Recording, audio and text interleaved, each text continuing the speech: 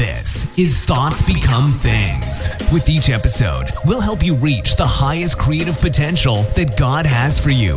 With your host, a teacher, life coach, a dream coach, and motivational speaker, Jeremy Lopez.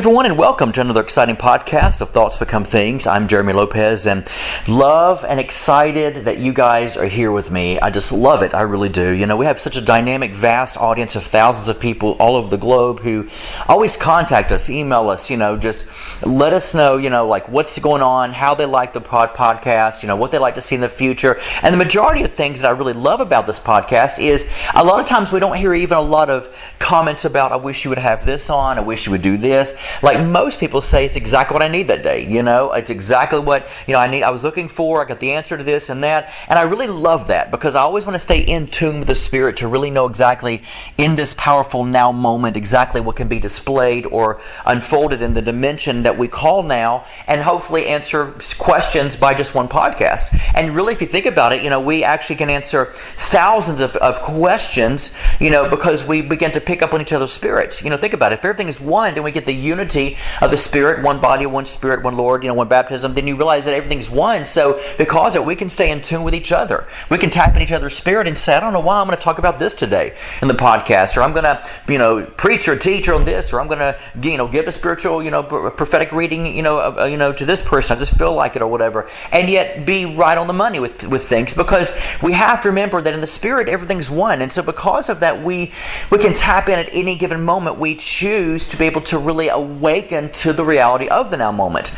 Now, when your mind is boggled down with life and problems and kids and this and this and this and worry about dinner, then you're not really present. You're not really tapping into the now moment, the now reality that really is beckoning us to come up hither. To come, and it's not even hither in the sense of higher, because the spirit realm doesn't have a high or low. What it's calling you is come up deeper. Come into the place of inwardness. Come into the place of awakening. Come inside, which means outside of the world of situations and problems. And like the Bible says, to come out from among them and be separate. Then there's another one that says, don't go by what you see or feel, which basically is saying anything you can see, feel, touch, or situation outside of you, that's what it is. It will bring a delusion to your mind. It'll bring a delusion to your reality.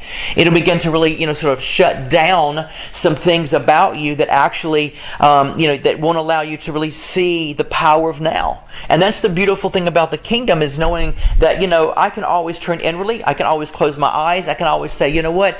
Be still and know, Jeremy, that He is God. I can be still, and all of a sudden things begin to sort of happen within inside of me. And so today, that's what I want to talk about for a little bit. I want to basically talk about some things that deal with learning how to begin to know what to do with what you have, knowing what to do with where you are, knowing what to do right now. And I said all that because I wanted you to begin to understand today that a lot of times in a person's life, we have so many things that boggle our mind. I mean, think about it. Life is shifting. If everything in the universe is energy, that means energy can't be created, nor can it be destroyed, right? We learned that from science. And so imagine this amazing God that we serve that really is letting you know that everything is constantly flowing. I mean, Bible says, in Him you live, you move, you have your being. There's a movement there, The book of Acts, the Holy Spirit just came in like a rushing wind. Action, energy, movement. You're seeing it all through the Bible even. And yet what's interesting about this that I really love is, the Bible itself is good enough, right? We get that because it's powerful and it's the Word of God. However, you can look into other religions. You can look at other, theologies. You can look at any type of sort of sect in the world, and you'll find the exact same thing. You will find references to energy. Did you guys know? This is just food for thought. Now, once again, if you're very religious and sanctimonious, and you just can't hear anything outside of the Bible, then you don't see God in all things. And the God of the Word says, and He says it very plain, that by me and for me and without me there is not anything made that was made. So If you want to chunk out the scriptures and cherry pick what you want to believe and keep your little box and a God and us four no more in a box, hey, you know what? More power to you. Have fun with it. But there will come a day one day when you will get tired of that, and there'll come a day one day when you feel like, oh my God, where are you? And God's like, I'm right here. I'm right here. I'm here. I'm here. I'm here.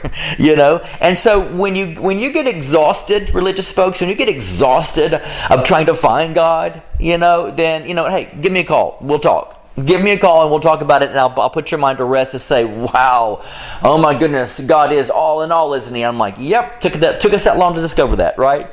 So my point being with that is, once again, religious people, hang on to your hats. But those who are open-minded, those who really know the power of the Spirit, understand the fullness that God is all in all, this is what this says, basically, is that you can go back to Hinduism and realize that one of the Hinduism is actually, a lot older than Christianity. Hold on, people, it's older than Judaism. And yet, and even though we're not Hindu, here's the key thing though. Even thousands of years ago, they understood the concept of energy and motion. Crazy as it sounds. Egypt, think about Egypt. There are actually old manuscripts of Egypt that refer to things such as energy. And it describes it to a T. You can look at pyramids in Mexico. I've been to these places. Let me just tell you something. I have been to these places. This is not something I'm just happen to look up on the Google, map, or the Google, as though people call it. It's the Google. I didn't just read one person's thing. I have been to these places. I have witnesses. I've seen them. I've talked to locals. I've talked to historians from there. And I'm not talking about historians from America that say, hey, I went to Cambridge and I studied this, great, good for you, but let me tell you something. I've been there, done that, and I got the t-shirt. I spoke to people who've been there that actually can go back into the lineage and generations of historical books that have been so sacred within their culture and their own religion, and this is what they've said.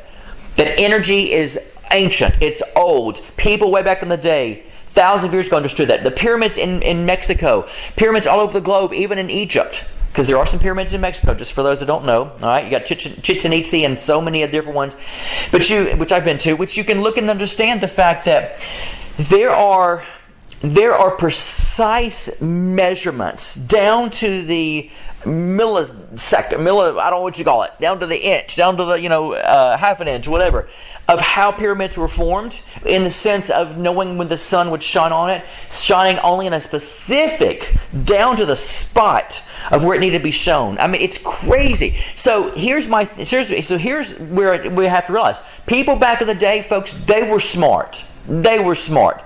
People in the days of the Bible and stuff and all have always been very barbaric, yes. However, there have been certain groups of people throughout history, thousands of years ago, that were borderline probably geniuses, probably more than we are, because they understood things far beyond we're just now discovering.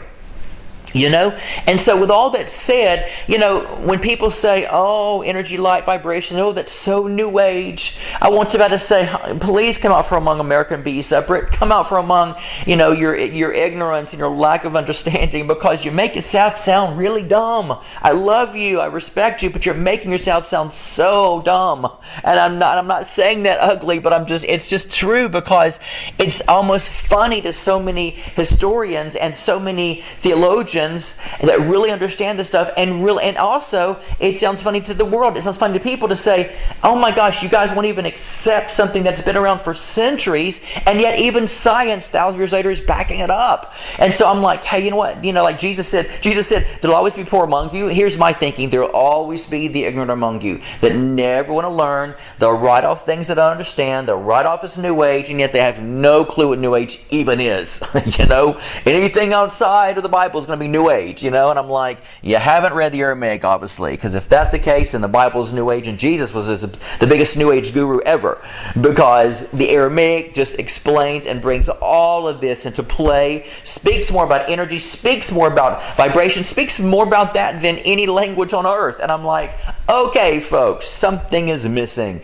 So here's where we have to come to this understanding today of realizing the alignment of energy, the understanding of the now moment, realizing that we are in this moment, and what happens is we've got to begin to find that vibration. What does that mean? What does it look like? It means we've got to learn to be still and know that He's God. We've got to begin to understand that everything external from me is actually energy in motion and movement, always trying to connect me to vibrations, always trying to connect me to some kind of plan. If vibration scares you, so sorry, we'll make it a little easier for you. Always trying to connect me to some type of, plan or situation, whatever word you want to, that makes you feel good, we'll say that. All right, okay? I don't really worship words, nor do I really have the power in a word per se, so I'm not picky about that. But if you are, no problem. Seriously, no problem. I'm cool with that. We'll say plan, situation, whatever. But the truth is, everything's vibrational. And everything external from you is always trying to get you to, almost like impregnate you to get hooked up. I know that sounds like a slang thing to say, hey, let's hook up, tonight. We don't like that, do we? But the key thing is, let's just be real about it. Energy's all around you, vibrations are all around you, and they're beckoning you to hook up with them. That's basically the truth of it. And how it hooks up with it is by your attention. It grabs your attention. We could say it's an attention grabber. It's waiting on you to get to the sound of that beat. It's waiting on you to just lock yourself in to the motion. And how do we do that? We do that simply by actually giving a thought to something outside of our peace, outside of anything else. And yet when we tap into a peace represents nothing missing, nothing broken. That's where the word shalom comes from. The word Jerusalem, that's why they say shalom to one another, because they're actually decreeing and declaring peace over each other, because of all the things that's been going on. So really they're decreeing and declaring and prophesying over each person, hey, peace over you. Nothing's missing in your life, nothing broken. Hey, same to you, shalom, nothing missing for you either, And it's a beautiful story of declaration, And so my point being with all this is understanding the level of what are you hooking up with.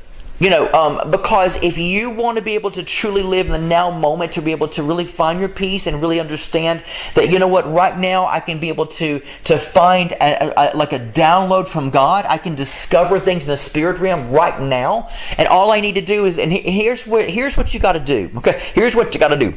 And this is, I'm going to give you a misconception and a good conception that you need to think about. Because I don't really want to say this is wrong, this is right per se, but I'll say this to you. When people say, oh brother, you just got to speak in tongues for a while. Wrong answer. That's not even biblical. Nowhere in the Bible does it say if you speak in tongues you're gonna get a breakthrough and get a download from God. That's not biblical. Now, hey, you know what? I pray in the Spirit a lot. But I don't make it my God, nor do I make it my have to in the sense of legalism. I do it when I want to, and I enjoy doing it. Period. Because I love praying in the Spirit. However, you know what? I also love praying. I also love meditation. I also love being able to be still. My point being with this situation is when you begin to understand this is not a legalistic thing. It's not a 3-step thing to learn your peace or 3-step thing to get in the now moment. And what is usually what everyone said the past maybe 100 or 200 years. Hey, whatever you want to do. Let's get truthful about it, guys. If you want peace, here's your 3 steps. If you want a new job, here's your 3 steps. If you want this, here's the 3 steps. And what are those 3 steps usually? Read the Bible, pray, and fast. That's pretty much, read the Bible, pray, and fast. As if these 3 are magic tricks that answer all the questions of life, And really, we should pray, and we should read the Bible. However, many people don't understand that they need to become the Bible. They need to become the Word. You are a word from the Word. Jesus being big W, you're the small w. Knowing that you need to become the Word. Transformation, transforming by the renewing of your mind. When you renew your imagination, when you renew the fact of reading and studying, and then you allow that to saturate you, and then you begin to eject everything externally from you, and you begin to go inwardly, and you understand the power of your spiritual senses. You understand the power of who you are as a temple. You understand the power of everything is vibrating. What am I vibrating to? What is my vibration saying? What is it in my heart that it's beating right now? Because that is exactly what I am connecting to. And to be honest with you, I will connect to something outside of me. Unfortunately. The good thing is you will, because you want to attract things of positivity, but you want to attract things that God has for you in His will. You want to attract the good things of life. That's why you focus on things that are good, and in fact, it doesn't even say holy. Not that you should, because you should focus on things holy. But it says, good report, praiseworthy. If it was up to some Christians nowadays, it'd be like they would rewrite the scriptures. This is what they would say. They would say, Ponder on things that are holy and spirit-filled and Pentecostal holiness. Focus on things that are charismatic. I mean, I'm sure they'll probably do that, Focus on things that are warfare-like. Focus on things where you're slinging your sword and the devil's fleeing. That's probably what some people would do, and I'm like, oh, brother, the drama in the church today, what are we going to do with them? I call them drama queens. Sorry, but it's like a bunch of drama queens. I'm like, chill, be still. Come on, come down from, from this thing, this hype thing that you're not really realizing is not biblical, I know I'm on a roll today, guys. I'm just having fun with all of you guys. You know that. Love everyone. So the key thing here is understanding that, it's things that are praiseworthy, things that are of good report. Things that sound good, things that actually make you laugh, things that make you feel good. That's what it's saying. Things that are praiseworthy, And so it's not saying to you, and don't get me wrong, pray. Hey, obviously, sometimes you got to pray, sometimes you got to bind and loose, sometimes you got to do what you got to do. However, that sometimes can also alter a little bit of your peace unless you know how to truly be effective within it, which most people I've seen, unfortunately, do not know how. But when you begin to enter into the state of being of peace, let me give you a great example. I love the word consciousness. It's a great word. You know why? Because it's not New Age. Because if it's New Age in your mind, it's totally New Age. You can rebuke it. It's never going to happen unless you're dead, because you're brain dead, right? Because we have a conscious and a subconscious. That's just life. It's science, medical. We all know that. And so, therefore, because of that, you have to think to yourself, I need to understand that my conscious mind needs to be able to imagine and focus on things that are eternal, but also things that are not external, but things that are actually internal. If I really want to focus on eternity, then I need to focus on internalizing or going inside myself, because eternity is found inside of me. When people say, "I can't wait to step into eternity," I'm like, "Are you dead now?" I'm not understanding. Eternity has nothing to do when you die. Eternity has nothing to do when you die. Oh, he's in eternity now. Well, where was he before? We are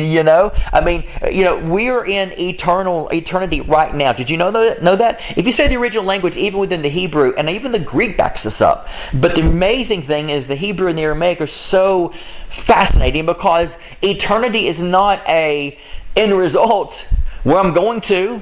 It's like destiny. I'm in destiny right now. I'm in eternity right now. I've always been in. Eternity doesn't hold a time frame. If eternity held a time frame, then that means the moment you die, then God says, "Let there be," and eternity just starts right then. It doesn't work that way, folks. Eternity always has been.